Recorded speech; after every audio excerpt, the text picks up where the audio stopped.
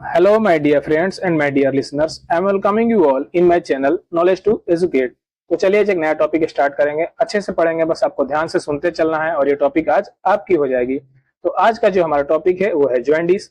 चलिए इसके हर एक चीज पे बात करेंगे, इसके कॉजेस, टाइप्स, मैनेजमेंट, हर चीज पे बात करेंगे। बस आप ध्यान से सुनते चलें। तो जॉइंडिस क्या है? जॉइंडिस एक ऐसी मेडिकल कंडीशन है जिसके वजह से हमारी स्किन, म्यूकस मेम्ब्रेन और आंखों की जो व्हाइट वाली पार्ट होती है, स्क्लेरा, ये चीजें येलो हो जाती हैं। येलो होना यानी कि पीला पड़ जाना, और इस वजह से इस बीमारी को पीलिया भी कहा जाता है। और ये क्यों हो रहा है? क्योंकि हमारे ब्लड में बिलिरुबिन का लेवल ज्यादा हो जाता है। ठीक है। तो जॉइंडिस क्या है? जॉइंडिस एक ऐसी मेडिकल कंडीशन है जिसमें ब्लड में बिलिरुबिन का लेवल ज्यादा हो जाता है और उसके वजह से हमारी स्क्लेरा, म्यूकस मेम्ब्रेन और स्किन येलो हो जाती है। ठीक है। तो चलिए और आगे समझते हैं कि बिलिरुबिन क्या है। तो बिलिरुबिन जो है एक वेस्ट प्रोडक्ट है और ये येलोइश पिगमेंट है। ठीक है।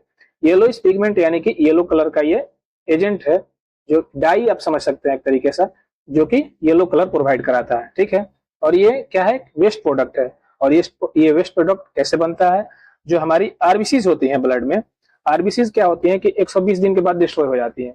तो इनके डिस्ट्रॉय होने से एक वेस्ट प्रोडक्ट बनता है, वो है बिलिरुबिन। तो एक वेस्ट प्रोडक्ट है तो इसे बॉडी से बाहर होना है, तो ये या तो फीसेस के साथ बाहर हो जाता है या फिर यूरिन के साथ बाहर होता है। तो आपको समझ में आ गया होगा कि बिलिरुबिन क्या है। चलिए थोड़ा सा और बिलिरुबिन के बारे में जानने की कोशिश करते हैं कि वो बनता कैसे और बॉडी से एक्सक्रीट आउट कैसे होता है। ठीक है। तो आप लोगों को पता है कि आरबीसीज जो है वो हीमोग्लोबिन से बनी हुई होती हैं, जो कि 120 दिन के बाद डिस्ट्रॉय हो जाती है। ठीक। 120 दिन के बाद कहाँ डिस्ट्रॉय होंगी? स्प्लीन में। स्प्लीन में डिस्ट्रॉय होंगी तो क्या रिलीज करेंगी? हीमोग्लोबिन। और इस हीमोग्लोबिन को हमारा स्प्लीन जो है अनकंजुगेटेड बिलिरुबिन में कन्वर्ट कर देता है। अनकंजुगेटेड यानी कि वाटर इनसोल्यूबल।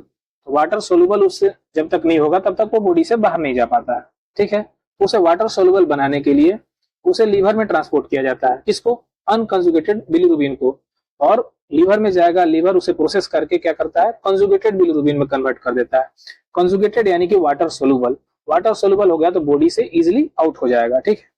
तो लीवर के जस्ट नीचे ऑर्गन होता है गॉल ब्लैडर। लीवर क्या करता है? इस कॉन्जुगेटेड बिलिरुबिन को गॉल ब्लैडर में भेजेगा और गॉल ब्लैडर में बाइल के साथ वो ड्यूडेनम में चला जाता है, यानी कि स्मॉल इंटेस्टाइन में। और स्मॉल इंटेस्टाइन से लार्ज इंटेस्टाइन, और लार्ज इंटेस्टाइन से बॉडी से बाहर हो जाता है स्टूल के साथ। ठीक है। तो इस तरीके से बिलिरुबिन हमारी बॉडी से बाहर जाता है। यदि बिलिरुबिन का कुछ पार्ट इंटेस्टाइन से वापस से रीअब्जॉर्ब होकर के ब्लड में चला जाता है तो उसे किडनी फिल्टर करके यूरिन के साथ बाहर निकाल देगा। तो बिलिरुबिन या तो स्टूल के साथ बाहर आ जाएगा या फिर यूरिन के साथ बाहर आ जाएगा। तो हम लोग अच्छे से समझ चुके हैं कि नॉर्मल प्रोसेस क्या है बिलिरुबिन का बनने का और बॉडी से बाहर होने का। यदि यही प्रोसेस एबनॉर्मल हो जाए तो जॉइंडिस डेवलप होती है। ठीक है। तो पहला ये है कि यदि किसी वजह से हमारी ब्लड ज्यादा डिस्ट्रॉय होने लगे, ज्यादा टूटने लगे, तो ज्यादा ब्लड टूटेंगे, ज्यादा आरबीसीज टूटेंगी, तो ज्यादा आरबीसीज टूटेंगी तो क्या डेवलप होगा? Unconjugated bilirubin. अनकंजुगेटेड बिलिरुबिन ज्यादा होगा यानी कि ब्लड में इसकी वैल्यू ज्यादा होगी, अमाउंट ज्यादा होगी, तो क्या डेवलप हो जाएगा? जॉइंडिस। ठीक है। या फिर हमारे लीवर में ही कोई प्रॉब्लम हो, कोई इन्फेक्शन हो। ठीक है। तो लीवर में इन्फेक्शन होगा तो वो कंजुगेटेड बिलिरुबिन में नहीं कन्वर्ट कर पाएगा अनकंजुगेटेड को, तो भी हमारे ब्लड में बिलिरुबिन का लेवल बढ़ेगा और लेवल बढ़ेगा तो जॉइंडिस डेवलप होगी। तीसरा कारण है कि यदि एक्सक्रीशन में प्रॉब्लम हो, यानी कि जो हमारी बिलिरुबिन है वो एक्सक्रीट आउट ना हो पाए। जैसे बाइल के साथ वो स्मॉल इंटेस्टाइन में जा रहा है, फिर लार्ज इंटेस्टाइन में आ रहा है, तो यही रास्ते में कहीं ब्लॉकेज हो तो एक्सक्रीट आउट नहीं हो पाएगा। नहीं एक्सक्रीट आउट हो पाएगा तो हमारे ब्लड में बिलिरुबिन का लेवल बढ़ेगा और जॉइंडिस डेवलप हो जाएगा। ठीक है। चलिए आगे देखते हैं। तो नॉर्मल बिलिरुबिन लेवल क्या है हमारे ब्लड में? 0.3 से 1.2 mg पर डेसीलीटर। यदि इतना ब्लड में अमाउंट है बिलिरुबिन का तो नॉर्मल है। ठीक है। यदि इससे ज्यादा हो जाए, यानी कि 2 से 2.5 mg पर डेसीलीटर से ज्यादा हो जाए बिलिरुबिन का लेवल ब्लड में, तो जॉइंडिस डेवलप हो जाती है। आप लोग देख सकते हैं कि कैसे स्किन येलो हो रखा है, स्क्लेरा येलो हो रखा है। ठीक है। चलिए आगे समझने की कोशिश करते हैं। मैंने आप लोगों को वैसे इटियोलॉजी समझा भी दिया, इसके बेसिस पे टाइप्स हैं। तो पहला है प्री हिपेटिक, यानी कि लीवर से पहले। लीवर से पहले क्या है? Excessive breakdown of red blood cell. मैंने आप लोगों को बताया कि यदि रेड ब्लड सेल का ज्यादा ब्रेक होगा तो क्या बनेगा? अनकंजुगेटेड बिलिरुबिन बनेगा। और अनकंजुगेटेड बिलिरुबिन ब्लड में एक्यूमुलेट होगा तो उसका वैल्यू बढ़ेगा तो जॉइंडिस हो ही जाएगा। ठीक है। तो एक्सेसिव ब्रेकडाउन क्यों होगा आरबीसीज का? या तो हिमोलाइटिक एनीमिया हो सकता है या फिर सिकल सेल एनीमिया हो सकता है। इनके वजह से आरबीसीज ज्यादा टूटने लगती हैं। ठीक है, अगला कारण है हिपैटिक जॉन्डिस। इसमें क्या होता है कि हमारे लीवर के सेल डैमेज हो जाते हैं, यानी कि लीवर डैमेज हो जाती है। क्यों? हेपेटाइटिस जैसी कंडीशन हो सकती है, सिरोसिस हो सकता है और लीवर कैंसर। ये चीजें क्या करते हैं, लीवर को डैमेज करेंगे। लीवर डैमेज हो जाएगा तो अनकंजुगेटेड बिलिरुबिन को कंजुगेटेड में नहीं कन्वर्ट कर पाएगा, नहीं कर पाएगा तो हमारे ब्लड में बिलिरुबिन का लेवल बढ़ जाएगा। ठीक है, अगला कारण है पोस्ट हिपैटिक। पोस्ट हिपैटिक यानी कि लीवर के बाद की चीजें हैं, जैसे मैंने आप लोग को बताया एक्सक्रीशन वाले फेज में। इसमें क्या हो रहा है, ऑब्स्ट्रक्शन इन बाइल डक्ट। यदि बाइल डक्ट में ऑब्स्ट्रक्शन हो जाए तो क्या होगा, बिलिरुबिन नहीं जा पाएगा। कहाँ पे? स्मॉल इंटेस्टाइन में, फिर वहां से लार्ज इंटेस्टाइन में नहीं जा पाएगा। जैसे आप देखें ये लीवर ने क्या किया कि कॉन्जुगेटेड बिलिरुबिन बनाया। ठीक, कॉन्जुगेटेड बिलिरुबिन जो है यहाँ से रास्ते से होते हुए आएगा गॉल ब्लैडर के पास। ठीक, और यहाँ से गॉल ब्लैडर क्या करेगा, इसको लेकर के जाएगा इस डक्ट के थ्रू। इस डक्ट को क्या बोलते हैं, कॉमन बाइल डक्ट, यानी कि इस बाइल डक्ट के थ्रू ये आएगा ड्यूडेनम में। ये ड्यूडेनम है, ड्यूडेनम से फिर जाएगा जेजनम में, इलियम में, फिर लार्ज इंटेस्टाइन में, लार्ज इंटेस्टाइन से होते हुए हमारे फीसेस के थ्रू बाहर चला जाता है बिलिरुबिन। ठीक, यदि यहीं पे कोई ऑब्स्ट्रक्शन हो जाए, यही ऑब्स्ट्रक्शन हो जाएगा तो ये जा नहीं पाएगा। कहाँ पे? स्मॉल इंटेस्टाइन में। वहां नहीं जाएगा तो लार्ज इंटेस्टाइन में नहीं जाएगा, लार्ज इंटेस्टाइन में नहीं जाएगा तो हमारे फीसेस के थ्रू बाहर नहीं आ पाएगा बिलिरुबिन। तो यहाँ पे ऑब्स्ट्रक्शन होने की वजह से भी बिलिरुबिन हमारे ब्लड में ज्यादा हो सकता है। ठीक है, तो आपको तीनों कॉज अच्छे से समझ में आ गया होगा, ऐसा मैं उम्मीद करता हूं। अगर आ रहा है तो कमेंट करके जरूर बताएं। ठीक है, चलिए आगे देखते हैं। इसके और भी कुछ टाइप्स हैं, दो तरीके के और होते हैं, फिजियोलॉजिकल जॉइंटिस और पैथोलॉजिकल जॉइंटिस। फिजियोलॉजिकल क्या है? फिजियोलॉजिकल यानी हमारी बॉडी की फिजियोलॉजी वैसी है, यानी कि नॉर्मल प्रोसेस से हो रहा है, इसमें कोई दिक्कत नहीं है, फिजियोलॉजिकल है, नॉर्मल है।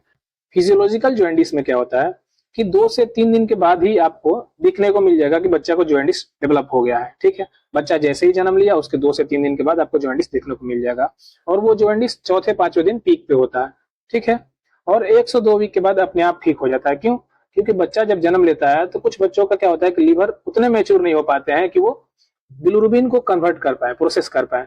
तो जैसे जैसे बच्चा थोड़ा बहुत मैच्योर होता है, वो लीवर हमारा अच्छे से काम करने लगता है। बच्चे का लीवर अच्छे से काम करता है तो धीरे धीरे अपने आप रीअपियर हो जाता है, जॉइंटिस खत्म हो जाती है। ठीक है, अगला है पैथोलॉजिकल।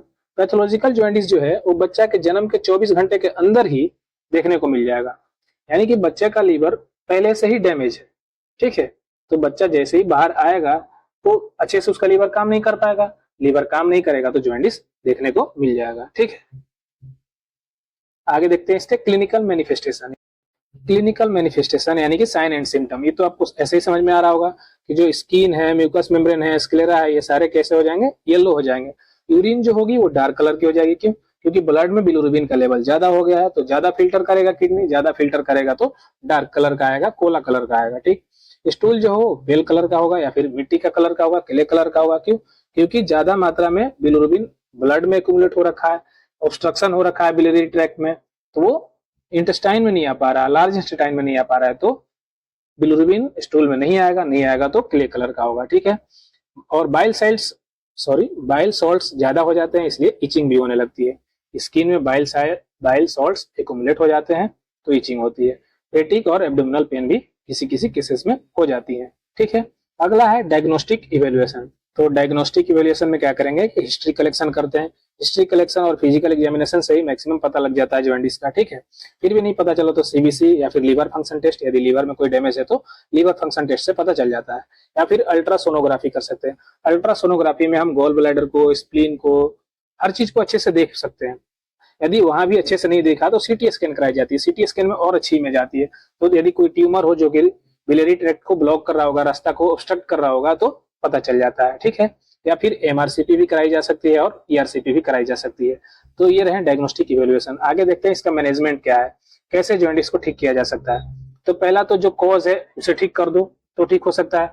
कॉज क्या है? यदि लीवर में इन्फेक्शन हो रखा है, वायरल हेपेटाइटिस हो या फिर बैक्टीरियल इन्फेक्शन हो लीवर में, तो इन्फेक्शन को ट्रीट किया जाएगा तो जॉइंटिस अपने आप ठीक हो जाएगा। ठीक है, या फिर कोई ऑब्स्ट्रक्टिव कॉज हो, ऑब्स्ट्रक्टिव कॉज यानी कि कोई ट्यूमर हो या फिर गॉल स्टोन हो रखा हो, तो वहां पे स्टोन क्या करेंगे या फिर ट्यूमर क्या करेंगे, बिलियरी ट्रैक्ट के रास्ते को ब्लॉक करेंगे। तो रास्ता ब्लॉक होगा तो वो इंटेस्टाइन में नहीं आ पाएगा, लार्ज इंटेस्टाइन से बाहर होकर के नहीं जा पाएगा क्या, बिलिरुबिन। ठीक है, तो स्टोन हो रखा हो या फिर ट्यूमर हो रखा हो तो उसे ट्रीट करेंगे तो भी जॉइंटिस ठीक हो सकता है। या फिर किसी को एनीमिया है तो एनीमिया का ट्रीटमेंट दिया जाए एनीमिया को ट्रीट किया जाए तो भी जॉइंटिस ठीक हो सकता है। ठीक है, अगला है सिम्टोमेटिक ट्रीटमेंट। सिम्टम को ठीक किया जाए। सिम्टम को कैसे ठीक किया जाएगा? आप लोगों ने देखा कि फिजियोलॉजिकल जॉइंटिस में बच्चा का जो लीवर है सही से मैच्योर नहीं हो पाया, सही से मैच्योर नहीं हो पाया तो जॉइंटिस देखने को मिल रहा है। तो वैसे बच्चों को क्या करते हैं, फोटोथेरेपी देते हैं। आप लोगों ने सुना होगा कि छोटे बच्चों को, यदि जो बच्चे जन्म लिए और उनको जॉइंटिस है, उन्हें धूप दिखाया जाता है। क्यों धूप दिखाया जाता है, सनलाइट दिखाई जाती है? क्योंकि फोटोथेरेपी दी जाती है। फोटोथेरेपी में क्या होता है, बिलिरुबिन जो है, अनकंजुगेटेड जो बिलिरुबिन है, वो एक्सक्रीट आउट हो जाता है इसके थ्रू। ठीक है, अगला है क्या है, मेडिकेशंस दे सकते हैं। मेडिकेशंस में क्या है, कोलेस्टेरामाइन। ये क्या करता है, जो इचिंग हो रही है जॉइंटिस के टाइम पे, तो इचिंग को ठीक करता है। इचिंग क्यों होती है, बाइल सॉल्ट्स की वजह से होती है। ठीक है, उम्मीद करते हैं आपको ये मैनेजमेंट समझ में आ गया होगा, जॉइंटिस समझ में आ गई होगी अच्छे से। तो और अच्छे से समझ में आया है तो कृपया कमेंट करके जरूर बताएं कि अच्छे से आया नहीं। Thank you.